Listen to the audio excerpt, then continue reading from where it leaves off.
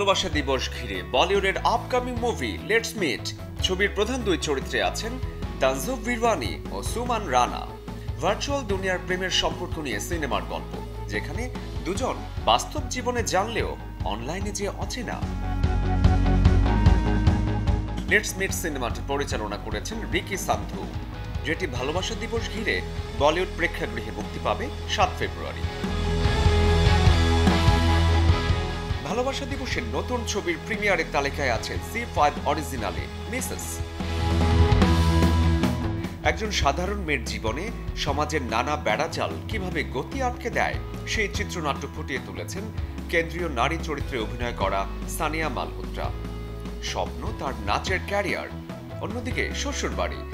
এত কিছু সামলে তিনি কি পারবেন নাচের মুন্সিয়ানা দেখাতে? এমন প্রেক্ষাপটে নির্মিত সিনেমা মিসেস।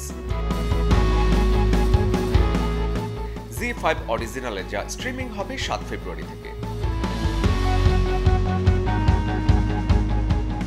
দীর্ঘদিন পর নতুন ছবিতে হাজির হবেন ভারতীয় সঙ্গীত শিল্পী ও অভিনেতা হিমেশ রেশমিয়া। ছবির নাম ব্যাডাস রবি কুমার। দুর্দান্ত ডায়ালগের সাথে অ্যাকশনের মিশেলে তৈরি হয়েছে ব্যাডাস রবি কুমার। ছবিটি পরিচালনা করেছেন কেইথ গোমেজ। মিউজিক্যাল ড্রামা ঘরানার এই ছবিটিতে হিমেশ রেশমিয়া একাই লড়বেন 10 ভিলেনের সাথে, যেখানে তার নায়িকা প্রীতি কুলারি। আসছে 7 ফেব্রুয়ারি বলিউড প্রেক্ষাগৃহে মুক্তি পাবে ব্যাডাস রবি কুমার। রোমান্টিক গল্পে ভালোবাসা দিবস ঘিরে বলিউডে যাত্রা শুরু করছেন মিস্টার পারফেকশনিস্ট পুত্র জুনায়েদ খান।